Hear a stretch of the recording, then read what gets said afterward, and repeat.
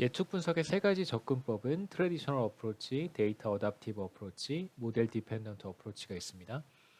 트래디셔널 어프로치는 간략하게 설명을 드렸는데 기본적으로 x와 y라고 하는 데이터가 주어졌을 때 베타 제로와 베타 1을 찾는 것이고요. 그래서 이것을 우리가 보통 추정한다, estimate 한다 이렇게 부릅니다.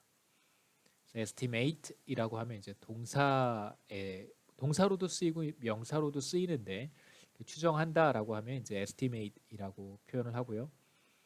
기본적으로 어떤 주어진 모형에서 데이터가 주어졌을 때 베타 제로와 베타 1을 추정하는 그런 과정이 트래디셔널 어프로치라고 할 수 있습니다.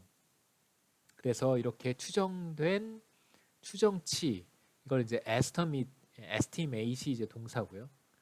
그 다음에 이걸 명사로 부를 때는 이제 estimate이라고 발음을 합니다. 그래서 보통 추정된 파라미터들을 이제 우리가 추정치 estimate이라고 하고요. 그래서 보통은 이제 이렇게 heads로 표현을 합니다. 그래서 어떤 데이터를 우리가 관찰하느냐에 따라서 사실 이제 베타 제로와 베타 1을 각각 다르게 찾을 수 있겠죠. 우리가 어떤 A라고 하는 데이터셋에서 추정한 값이 뭐 예를 들면 1.55가 될 수도 있고요. 그래서 베타 제로라고 한번 해보겠습니다. 혹은 B라고 하는 데이터셋에서는 똑같은 베타 제로를 추정을 했는데 추정치가 뭐 1.3으로 달라질 수 있겠죠. 예. 어떤 데이터셋을 사용하느냐에 따라서 이제 베타 제로의 추정치는 달라질 수 있는데 여기에서 이제 우리의 관심사는 베타 제로가 무엇인가에 관심이 있는 거기 때문에 이거는 우리가 사실상 관찰할 수 없고 주어진 데이터를 통해서 베타 제로를 추정할 수 있습니다.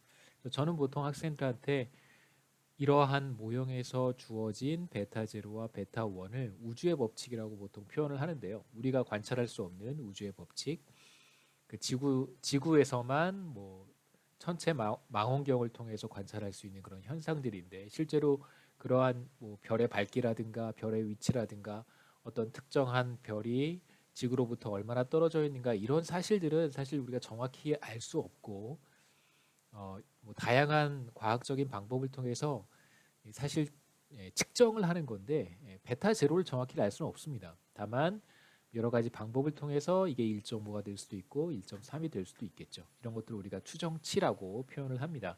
베타 1에 대해서도 똑같이 표현할 수 있고요. 마치 꼭 베타 제로라고 하는 것은 이런 분포를 갖는데 베타 제로가 뭐 이렇게 낮은 값으로부터 우리가 하나 관찰했다면 이게 베타 제로의 헷 이렇게 될 수도 있고요. 이쪽에서 또 하나 우리가 관찰할 수도 있습니다. 베타 제로의 헷. 그래서 베타 제로가 원래 어떤 값인지는 사실 잘 모르고 이렇게 분포를 갖는다라고 얘기할 수 있겠죠. 그래서 보통 이렇게 우리가 베타 제로와 베타 1을 추정을 합니다. 추정치들을 베타 제로 헷, 베타 1 헷 이렇게 헷으로 표현을 하고요. 그 다음에 이제 보통 우리의 관심사는 제가 잘못 썼는데 여기 헷을 지우세요. 보통 이제 우리의 관심사는 x가 지우고 다시 하겠습니다. 보통 우리의 관심사는 자 x가 y에 어떤 영향을 끼치는가, 영향을 미치는가에 있습니다. 그래서 베타 1의 크기가 얼마나 되는지. 그래서 x가 한 단위 증가할 때 y가 베타 1만큼 증가하는 건데 실제로 우리가 데이터를 통해서 추정을 하게 되면 추정을 통해서 얻게 되는 값은 베타 1 헷이 되겠죠. 만일 x가 y에 영향을 미치지 않는다면 베타 1 헷은 0과 매우 근사한 값을 갖게 될 텐데 실제로 뭐 이건 그냥 여러분 상식으로 알아두시면 좋을 텐데요. 우리가 어떤 데이터를 통해서 베타 1이 뭐 예를 들면 0.1의 값을 갖는다는 것을 확인을 했습니다.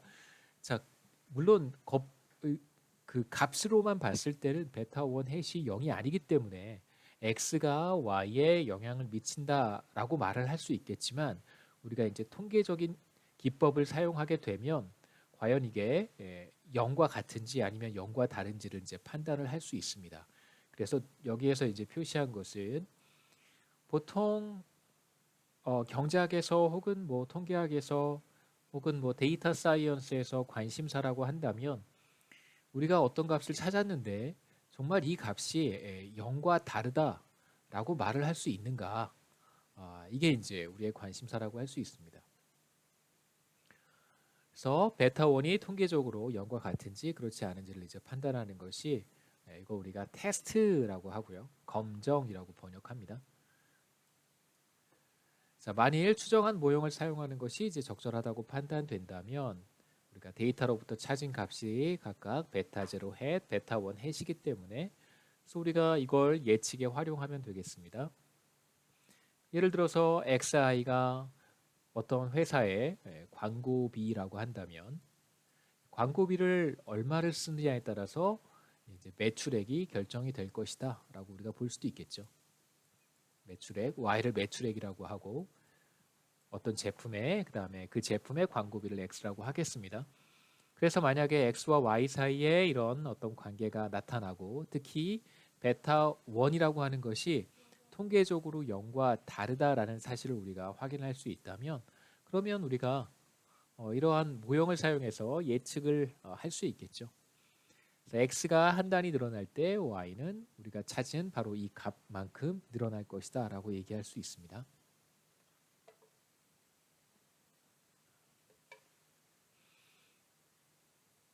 두 번째는 데이터 어댑티브 어프로치인데요. 간단하게 이제 뭐 두 가지 방법을 소개를 하고 우리 1장에 대한 데이터를 보도록 하겠습니다.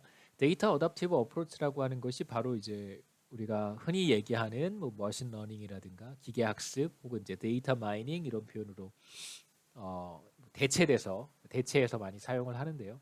거의 뭐 미묘한 차이는 사실 있는데 큰 차이는 없다고 생각하시면 되겠습니다. 죄송합니다. 이론에서 시작하지 않고 이제 바로 데이터에서 시작한다는 것이 앞에 트래디셔널 어프로치와 가장 큰 차이라고 할 수 있습니다. 그러니까 다시 말씀드리면 Y는 베타 0 더하기 베타 1의 X라고 하는 어떤 이런 관계를 특정하지 않고 이런 관계가 성립한다라고 전제하지 않고 다양한 방식으로 이제 모형을 찾아보는 것이 데이터 어댑티브 어프로치라고 할 수 있겠습니다. 그래서 모형에 디펜던트한 게 아니라 사실상 이제 데이터에 디펜던트하다고 얘기할 수 있겠죠. 그래서 자 Y라고 하는 것이 사실 매출액이라고 한번 해보겠습니다. Y가 매출액인데 매출액에 어떤 기업 입장에서 매출액에 영향을 미칠 수 있는 요인들은 무수히 많겠죠. 제가 그냥 X 하나라고 썼지만 뭐 X1일 수도 있고 X2일 수도 있고 X3일 수도 있고 뭐 굉장히 많은 변수들이 가능합니다. 그래서 무수히 많은 잠재적인 설명 변수들을 이제 뭐 계속 한번 사용해 보는 거죠. 다양한 방식으로 조합해서 사용해 보는 것입니다. 그 다음에 모형도 우리가 앞에서 봤던 것처럼 이런 선형 모형, 이거 기본적으로 선형 모형이라고 하는데요. 이런 단순한 선형 모형만을 고려하는 것이 아니라 모형도 계속 바꿔가면서 다양한 모형이 가능할 수 있을 테니까요. 그래서 모형이 반드시 선형일 필요는 없습니다. 그래서 비선형 모형도 사용할 수 있고 비선형 모형은 기본적으로 뭐 제곱이나 세제곱 이런 것들이 들어가는 거고요. 혹은 로그가 들어가도 괜찮습니다. 로그 x, x 대신에 로그 x를 쓰거나 x와 x 제곱을 같이 쓰거나 혹은 뭐 1 over x를 쓰거나 뭐 이런 것들이 다 비선형이고요. 그 다음에 인터랙션을 사용할 수도 있습니다. 인터랙션은 제가 다음 밑에서 설명을 다시 해드리겠습니다. 그래서 비선형 모형의 경우에 우리가 이렇게 제곱 텀을 넣을 수도 있고요. 그래서 이런 모형도 한번 사용해보고 제곱 텀이 없는 이런 모형도 한번 사용해보고요. 그래서 가능한 여러 가지 조합들을 다 한번 사용해보는 거라고 생각해 보시면 되겠습니다. 그 다음에 이제 교체항이 여기서 나오는데요. 교차항은 x라고 하는 변수와 이걸 광고비라고 한번 해볼까요? 광고비라고 한번 해보고 뭐 g는 광고의 어떤 수단, 매체라고 한번 해보죠. 매체. 광고를 여러분 뭐 TV를 통해서 우리가 광고를 할 수도 있고 다양한 뭐 포털 웹사이트를 이용할 수도 있고 혹은 뭐 유튜브를 이용할 수도 있습니다. 그리고 이제 TV를 활용할 경우 그 다음에 또는 이러한 그 TV에 대한 대안이 되는 얼터네이티브를 사용했을 경우 각각 우리가 고려해 볼 수 있겠죠.